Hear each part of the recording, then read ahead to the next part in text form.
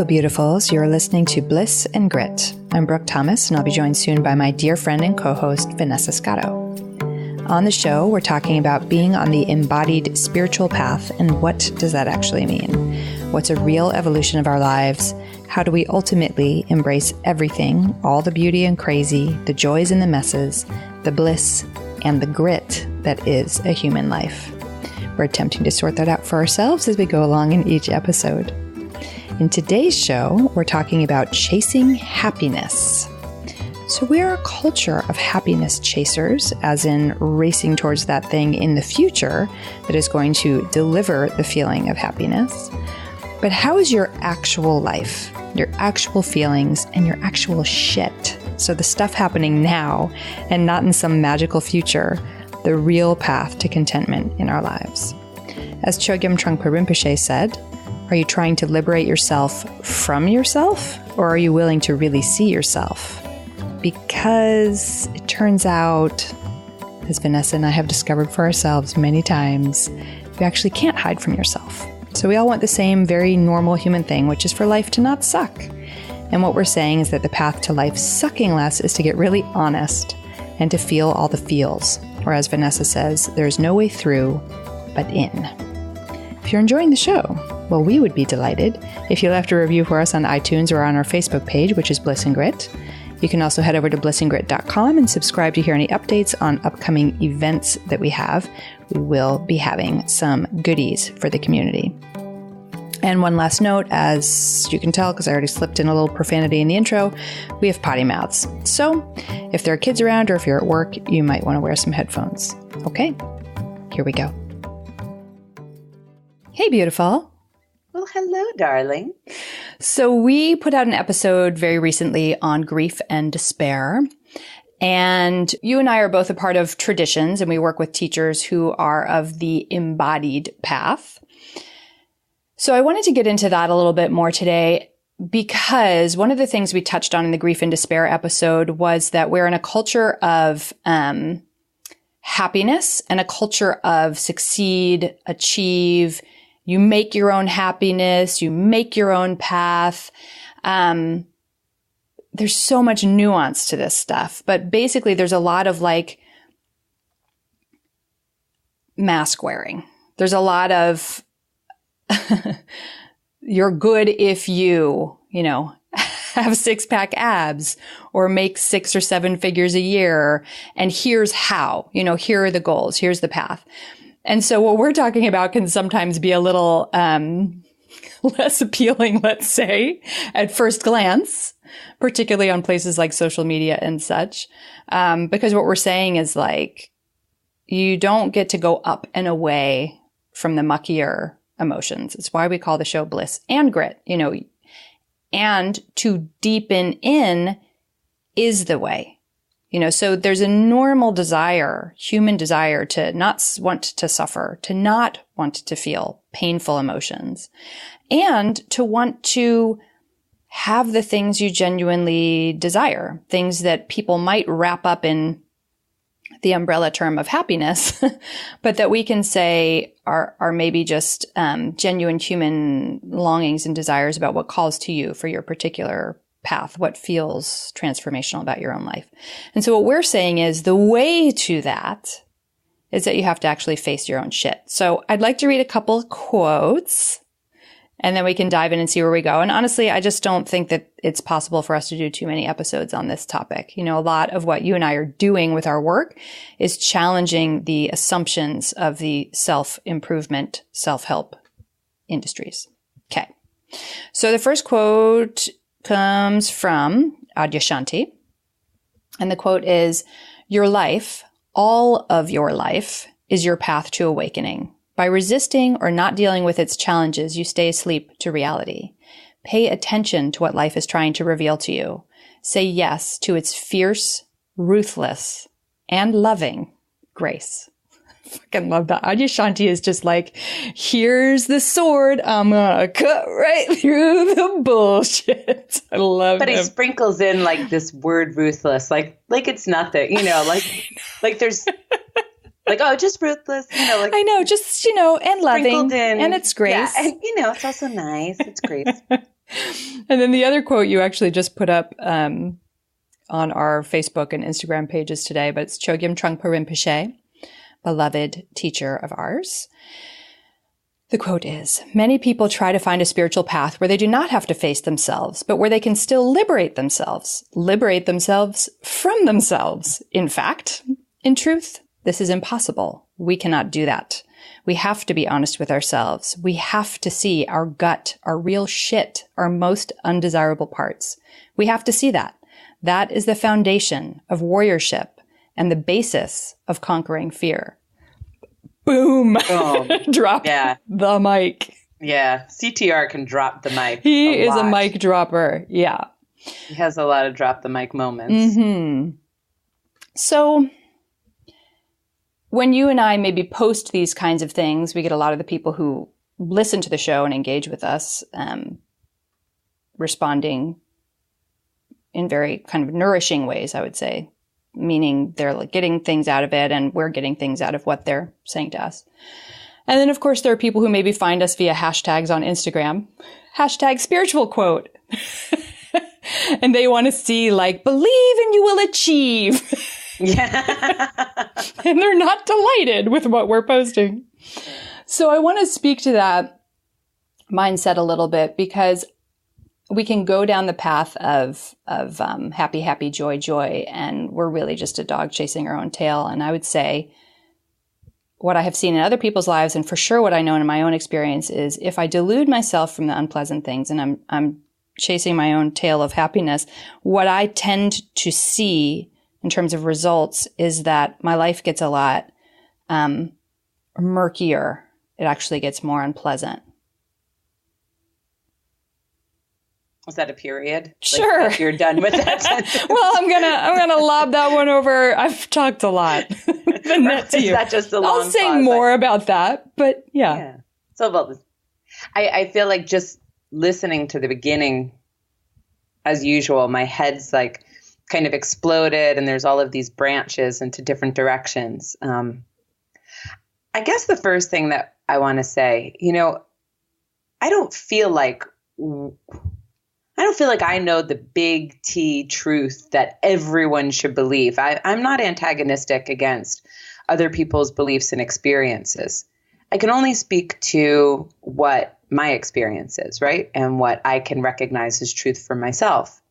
And what's true for me is I spent many years trying to transcend myself, like Chogyam pointed out, like get away from it, get away from the negative emotions, get away from being a person with needs, because that was just despicable to have needs and I didn't want that happening anymore, trying to get to somewhere, right? Like craving mystical experiences, craving, I don't know, I guess some idea of heaven. Isn't that like, wasn't heaven some kind of a nice, like comforting little nook and cranny idea that it's like, oh, I can get there and then everything will be, as you said, happy, happy, joy, joy. So I spent a good number of years on going in that direction.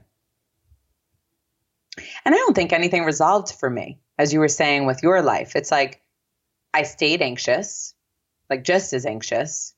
I would dip into severe despair.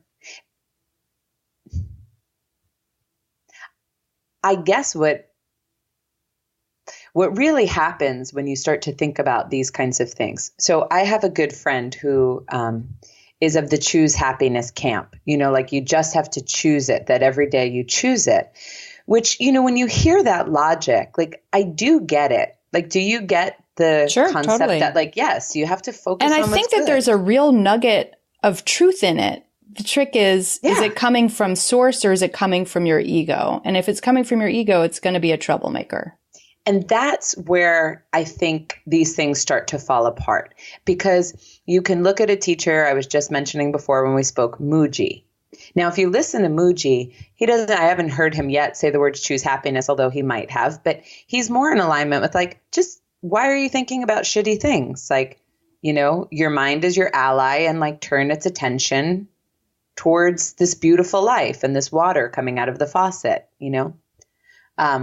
Thich Nhat Hanh he never says avoid emotions or anything, but he certainly would have you turn towards what you're grateful for. We can get that. And we can get that someone who's really awakened, like someone like Mooji, really does see the world that way. The dilemma is probably we can link back to the episode we did on karma, is that many of us, most of us, have karmic seeds of pain, of suffering, not just our own.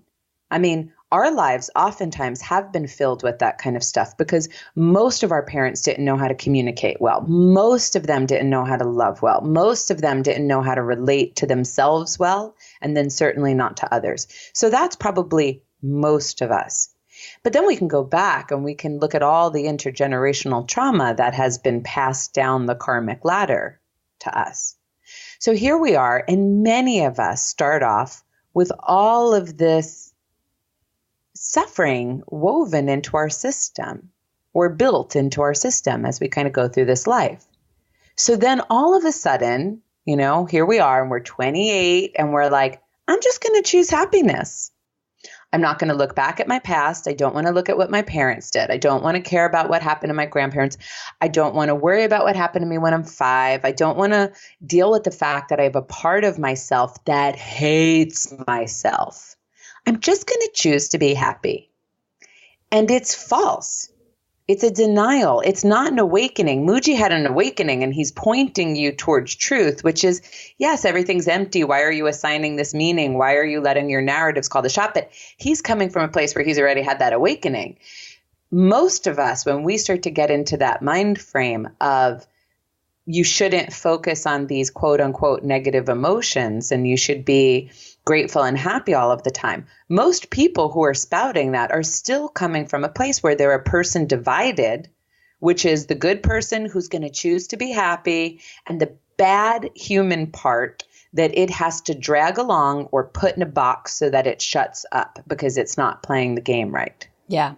And I would say if you're a part of the 0.0001% of the population who has so little painful conditioning and so little painful karmic and ancestral conditioning that you're able to just drop your negative thoughts and become awake, do that. Yeah, booyah. But you are an extremely small percentage of the population. So what happens is that most of us with our pain bodies and our conditioning and our history and our family history and our ancestral history and all that stuff, what we do is we wear a mask, and the mask is it's a issue of tense.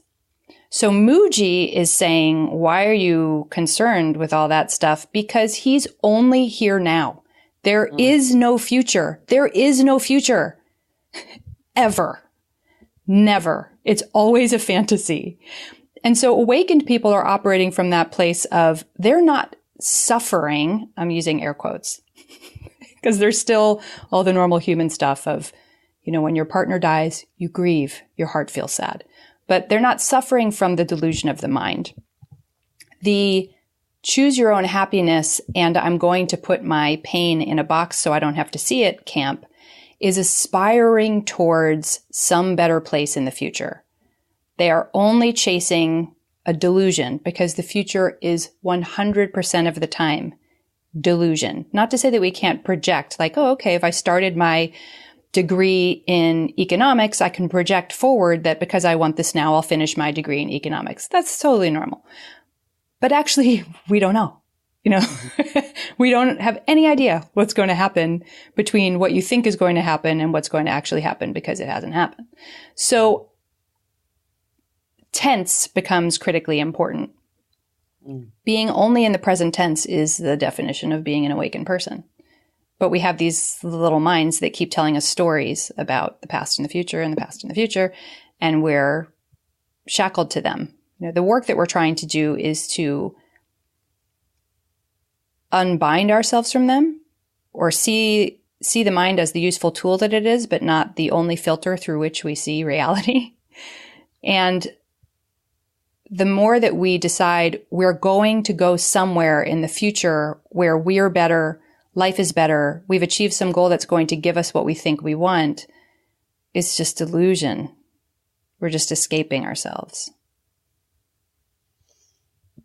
Yeah, well said. I think the time piece is something I hadn't thought of and is so relevant. Is this a good point to talk about how annoying it is that people say they're awakened all the time now? Yeah, it is. That's another thing that we're going to say over and over and over and over again. I mean, can I just talk about my pet peeve for a second? And please do. People are realized, people are awake. When I had my awakening, I'm like, can you not? You didn't have an awakening. And I know it because you're still suffering quite intensely. So thank you. Rant is over. I think that, you had mentioned that we're talking about embodiment and that in a way it's addressing the cult of self-improvement. But it's not just that. It's the spiritual traditions that have focused on transcendence. And I actually don't mean to malign the traditions themselves. I think what I mean to point towards is the Western egoic brain getting a hold of a spiritual tradition and then co-opting it according to its ego's drives. So when we start to look at spiritual traditions, we can see there's almost nothing a Western mind loves more than to transcend and get out of this shithole or to be better than. Like, I will transcend as if I can leave behind everyone and be some special person who's not experiencing what all you other people are experiencing, that mucky stuff, like, ugh, I'm so sorry. And then maybe I'll rise up and I'll help you people, like, because I'm up from there. On high, right? Yeah, yes. like, because I'm nice like that. Our cultural disease of narcissism takes hold of everything. And I'll do you a service and I'll help you out.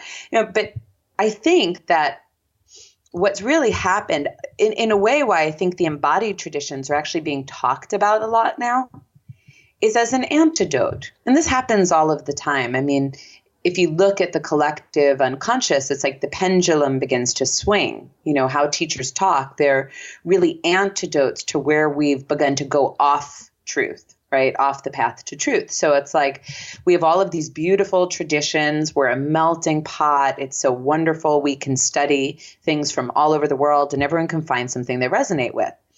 But what a lot of people actually point towards, there have been Buddhist teachers who point towards this. There have been indigenous people who point towards this.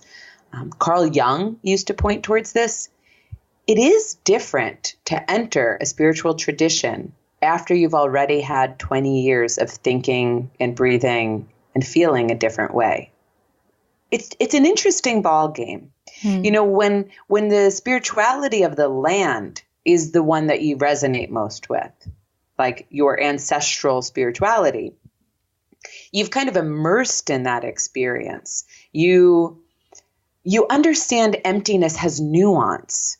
That, for example, emptiness is nothingness, but emptiness is possibility. You understand that that is not something to despair over. That is something to be like in awe of and like excited by. So when you grow up with that spirituality, you get all of these nuances and paradoxes, and they're pretty clear, or clearer, we should say. It's more a part of your everyday. When you come out of the blue into a spiritual tradition, particularly if you don't have a guru who's breathing down your neck, it's very easy to read a book and read it through the lens of what your ego wants. It's the only thing that is possible. Yeah. Because you have your ego goggles on and you don't know it. You just think that's everything. Yeah, exactly right. And neurobiologically, that is just the way. It's like your brain is going to filter everything it encounters through what it knows from the past. So you're not drawing upon this like ancient tradition from your familial lineage or from the land itself. You're really reading it with the mind of Vanessa, who's been exposed to the cult of self-improvement and lives in a country where, happiness is a right and you have to choose it. And if you don't have it, you're not that great and vulnerability sucks and independence is everything.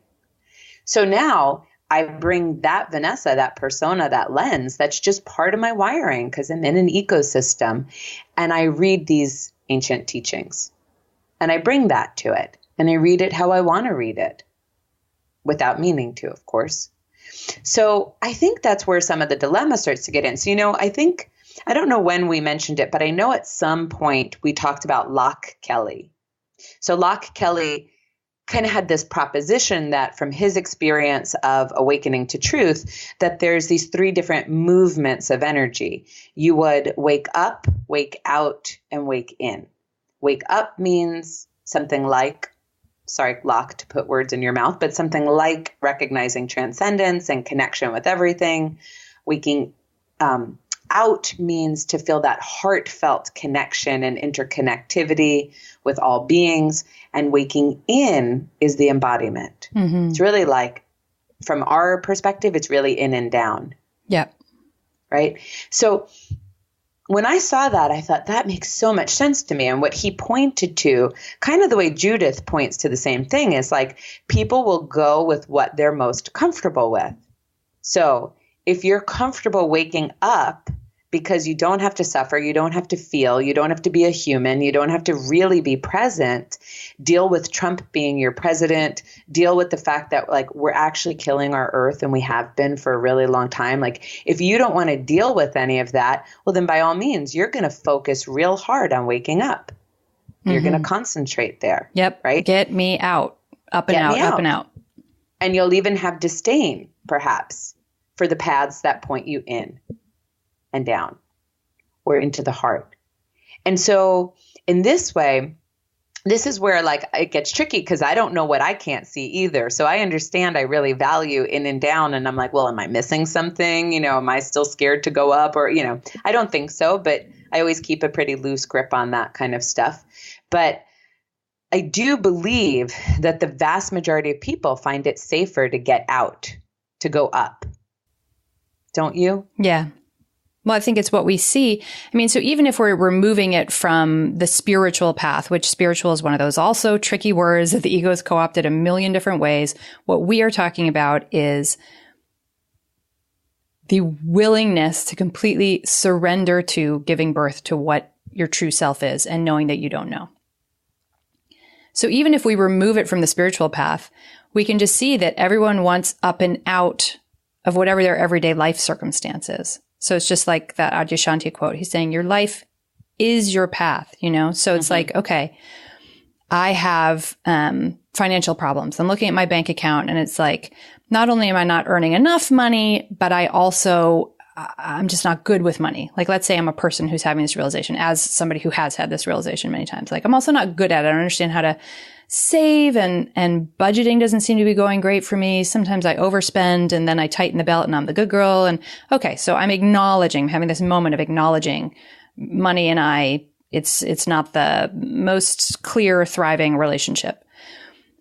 So what I could do in an up and out self-help way is to go, okay, future goal.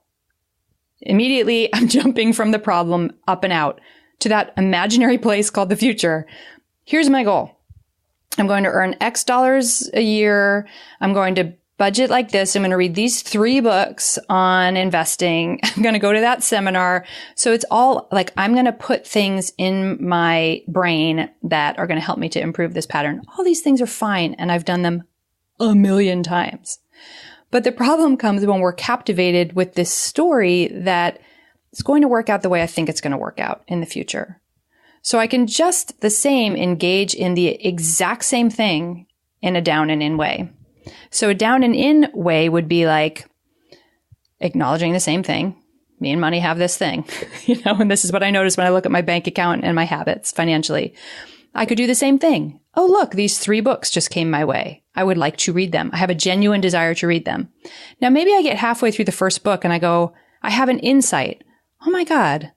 My issues with under-earning have nothing to do with me spending more time earning a living. It has everything to do with my orientation towards a pain body that says, no matter how hard I work, and I have to work hard, my needs will never get met, which is one of my classic pain bodies. That's insight that can change everything in that moment.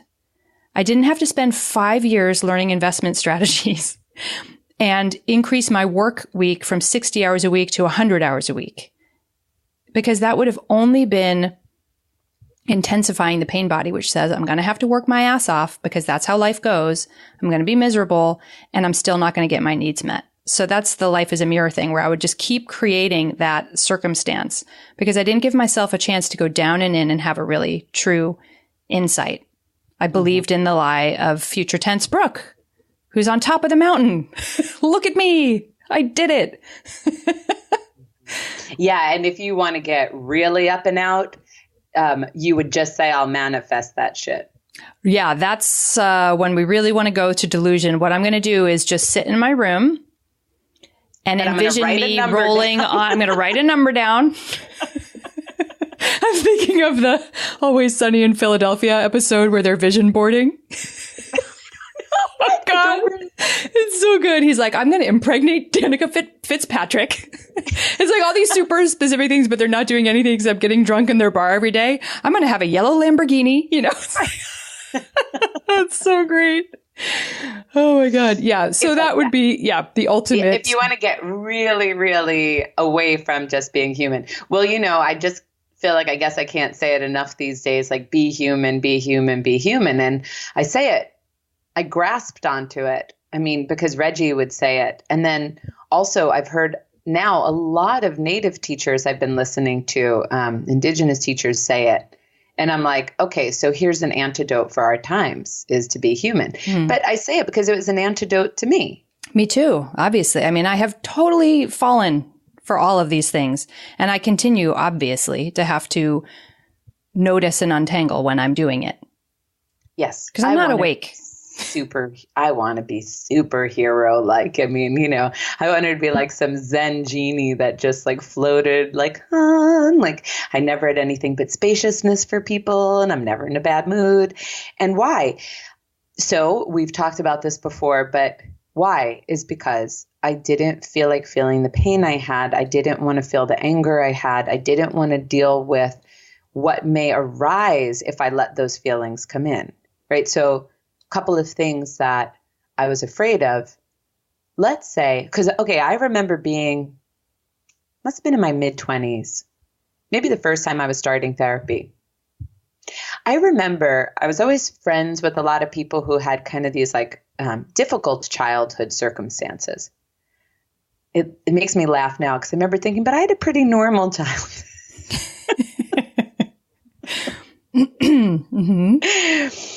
And that's how, you know, denial works, right? So I had but my childhood was so easy. It's so interesting. I'm so attracted to people with such, you know, mixed circumstances. That's fascinating. Actually, I always envied them. I thought, oh, gosh, you understand the world so much. It's like very weird of me, but there it was. And then, of course, I started to go to therapy and I started to realize really the depths of pain I had stored. You know, and I'm a very intelligent person and I've always been a very inquisitive person. So I employed a very commonly used defense mechanism. I hear it all the time. Well, why should I be mad at them? They did their best. It's like, you know, no one's perfect. I mean, it's not like I was locked in a closet. It's not like I'm in war-torn Africa. Who am I to be upset? I should just, by now, just be over it. And that's what I wanted. Now, that's a very common wish, and I don't begrudge anyone the wish. I still wish I could sometimes like snap my fingers and like untie some knot that's in my system. But what's happened is it's never worked. There's never been a time where I could just let it go because my intellect or my defense or my ego thought that would be easier.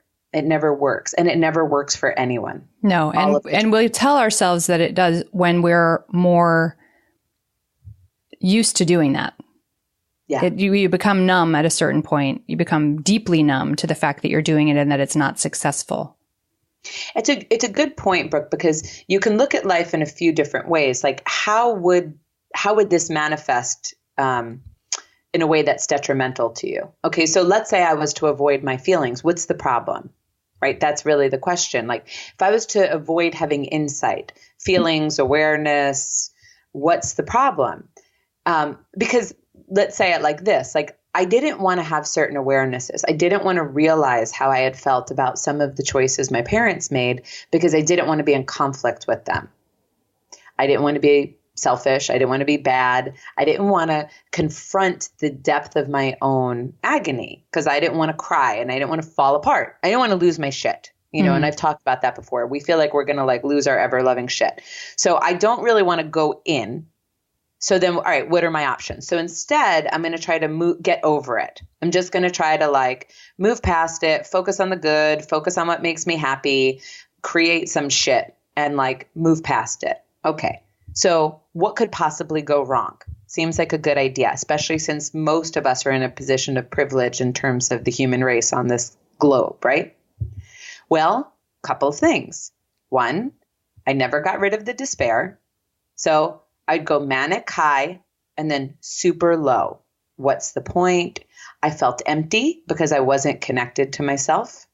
I felt like I must be faking something, kind of, just because I wasn't present to myself.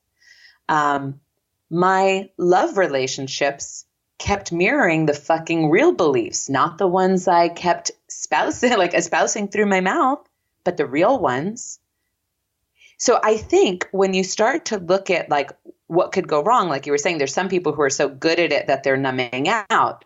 We can look at like two sides of this equation. One is we can feel a lot of these emotions that overtake us. So you're doing well, but then all of a sudden you're in a pit of despair. You're doing well, but all of a sudden you're binging and drinking and like falling apart, or you're doing well and all of a sudden you're screaming your face off at someone and threatening to punch them. Okay, so on the one hand, there's this emotional fallout from actually just shoving emotions down rather than meeting them and loosening them. And then on the other, for people who do go numb, you'll see it in your life. It's a mirror. Yeah. Something will be awry. You actually can't hide from your shit. You cannot hide. You actually can't. You're making a lot of money, but your relationships are unfulfilling. Maybe everything's perfect, but you're dead inside and you're drinking. Like something is going to show that is the whole fucking point of karma, is like meet your shit so you don't have to like have worse consequences, because everything gets so like gunky when you try to just go in the go against the flow, so to speak. Yeah. I mean, so in the end, what we're doing is kind of coming full circle. We're saying, yes, we all want the same very human thing, which is for life to not suck. And what we're saying is the way to life sucking less is to meet what's actually going on in your reality, your actual tangible reality. What is your job? Who are your friends? How does your house look? I'm laughing because my office is a fucking mess that I'm sitting in right now. And then also your emotional reality. Like, what are the things that you would rather not have to feel? And, you know, that Adyashanti quote that I started with, like, I just want to circle back to that a little bit, because he says, he's basically saying there's nothing that's not a beautiful seed for your life to unfold, which is totally the whole path that we're on. You know, there's nothing that's a problem ultimately. It's all just there for you to meet it and then see what happens when you meet it. So like in the financial example that I gave, like the fact that this, you know, past tense Brooke was looking at her bank account and going, wow, I really suck at money. You know, this is really a problem. It's not a problem. It's just information. It's just an opportunity to see what is being reflected in the mirror, which is, I'm going to have to work really, really hard in life. And even then I still won't get my needs met. That's a really amazing nugget to uncover, because once you uncover that, you're on to your own game. And once you're on to your own game, what'd you say?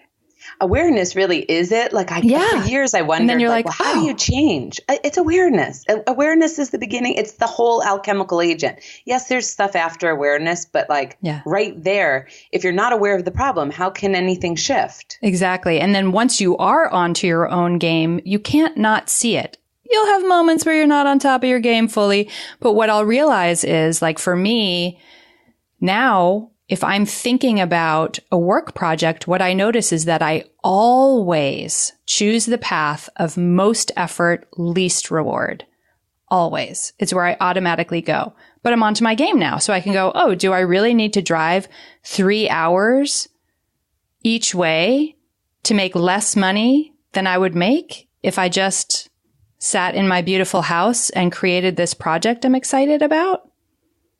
No, because I'm onto my game. But before I would fracture myself, my time and energy into a million tiny pieces and nothing would ever happen, because all I'm doing is just unconsciously going through the motions of, I'm going to have to work really hard. And even then my needs won't get met. I'm going to have to work. It's like you have to just get hip to your own game. So I could not have done that by vision boarding my way to my future. I tried for a very long time. So I'm not doing this to say, shame other people. We all try because we all want to not suffer. Duh. It sucks. It hurts. There is no get out of jail free card. That's just the way of it. Mm-hmm. Yeah. It's funny having chosen Chogyam Trungpa as like a teacher of mine, because I used to read his books and get half depressed because he was always like, there's no hope. Yeah, I love that Pema Chodron quote where she's like, why couldn't, it's one of my favorite stories of hers that sticks in my head forever. Why wouldn't we just make that into an inspirational poster? The phrase, abandon all hope. It's the most inspiring thing I've ever heard. And when I first read that, I was like, oh my God, it is. You thought so? That was good. It caught me at a very dark time in my life. But what I saw in that moment when I think it was when in her book, When Things Fall Apart, it was like, oh my God, hope, as in this striving towards my imaginary future, is what has gotten me into all of my fucking messes. And if I had abandoned all hope and just acknowledged what was actually happening in this each moment as each moment unfolds, I wouldn't have created such a mess. Exactly. And the hope really is that I can get out of this. I can get away from being human, imperfect, having emotions, carrying family lineage stuff. Like, that's the hope that we have to stop hoping for. And really that there's some kind of permanent reality in which we're always going to feel good because life is changing. And that was a flawed hope, right? But I used to read that, and I hadn't had my first disillusionment yet when I You got to. You have to have been dashed on the rocks, or else you're going to be like, These bitches are crazy. Why are they talking about having no hope? We're here for those of you who have been dashed on the rocks already, yes. Okay? That's what we're doing. Just, trust your older folks. No, I'm just kidding. So it really used to depress me.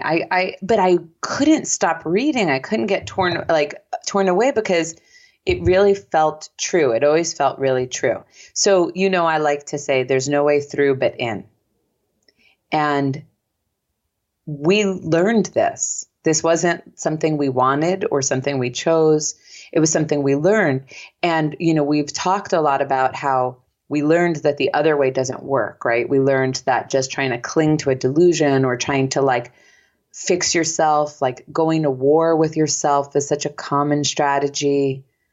We've learned all of that is not going to work. And we've learned the opposite, that when we go in, we're actually moving through. And it's such a funny thing to describe. Like how all of a sudden a quote really makes sense to you. Like the way abandon all hope all of a sudden clicks. Like the other day, I don't know if I said this to you.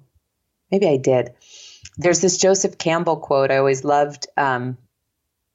He said something like, people are looking for meaning in life. They think they're looking for meaning in life. He said, but what I really think they're looking for is an experience of being alive. And I loved that quote. I've always loved that quote. Oh, what beautiful words. Should Instagram that, right? It's lovely. I get it now. I get it. I get it. I get it. That's what going in and through is. I get alive. I get alive. Yeah. I get not 100% of me is happy to just be human. I still have a certain percentage that would like to be a mystical creature that flies above, reality with fairy dust. But let's say a solid 90 to 95, which is a huge accomplishment for me, is so into being human now, like feeling it all. Like, you never read Zorba the Greek, did you? I did. Of course. I've been friends with you for so long. I think you've given me 2 copies of it. You know how often I was just ranting about Zorba last night to somebody because, people were pathologizing him because he didn't want to fall into mediocrity in his life. Like, ugh. Anyway, Zorba came up. So if you haven't read Zorba, for any of you who haven't read Zorba the Greek, which is probably most of you, it's written by a guy who's a Buddhist. And it's a reflection because Zorba is an amalgam of real people. And so there's these real Greek men who have this like zest for life, this lust for life. Like they're so alive, they're going to meet every moment full, present, showing up with everything, right? So he's really reflecting on, here I am sitting on a cushion meditating, reading these scholarly books that are pretty dry, and I'm doing my mala and everything. And there are these people and they're drinking in life with like so much reverence and enjoyment. And which one is more spiritual? That was his big question. Like, which one is more honoring of life? And I don't say that to answer the question for anybody. I think it's just a beautiful exploration. But this way that it's like, I think what's happened for me is as I've gone in. So what do I mean by go in? Couple things, and you can say what you mean, Brooke, but the embodied meditations are one way that I've gone in. In the beginning, Reggie's work, and then Judith's meditations, and then some of Kieran's meditations, but all about like showing up in each and every one of your cells and in each and every one of your muscles and in each and every organ and seeing what's there, like just making space for what's there. And that kind of gave rise to the things that I had stuffed down, the issues in my tissue. So that's one way I go in. We don't live in denial anymore that way.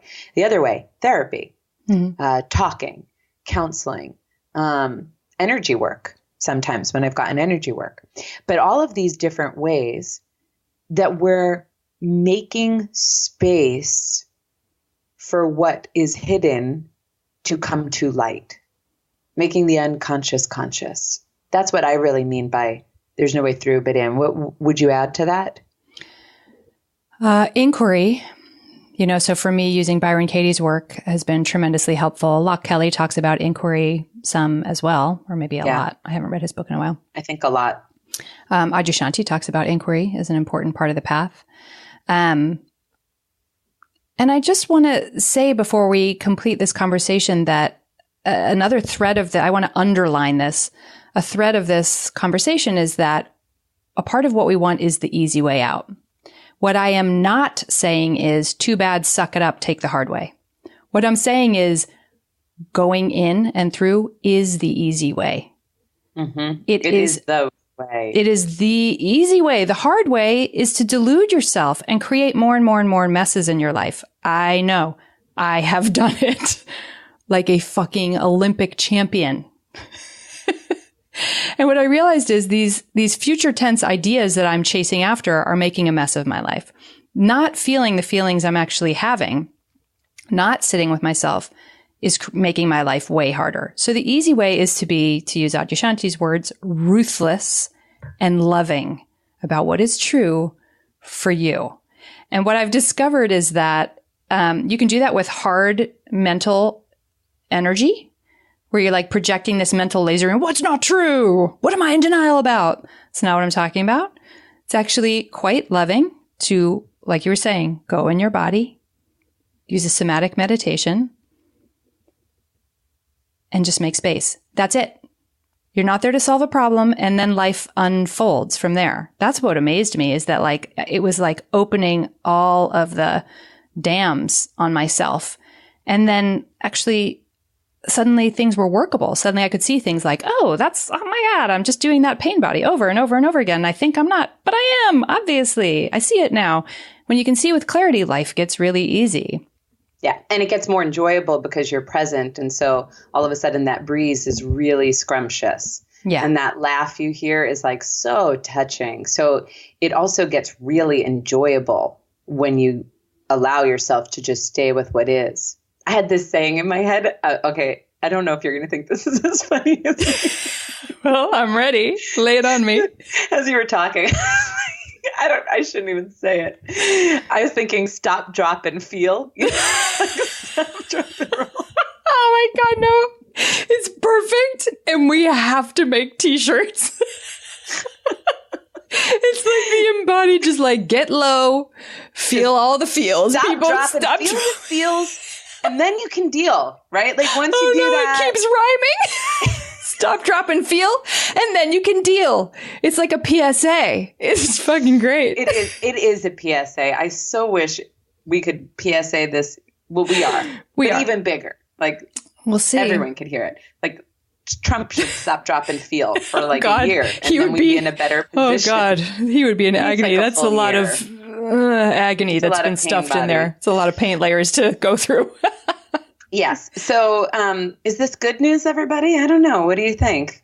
I think so. I think it's fucking great news, but the proof is in the pudding, you know? Try it out. See what happens in your own life. You can't just believe us. You have to go for it. It's just a personal experience of if I actually feel what I'm feeling and am honest about it, or honestly inquire, is that true? Is that thought that I keep having true? You know, that I'm unlovable, or that my bank account is a problem? Is it true? And follow it all the way to the end with as much support as you can find. Listening to podcasts is awesome, but real people in the real world, having a sangha, people you can talk to, having a teacher you can talk to, having a coach, having a mentor. These are the ways that we get unhooked from ourselves. You know, we're not meant to be in isolation. Stop, drop, and feel. Stop, drop, and feel. That's your public service announcement of the day. And then you can deal. And then it's all real.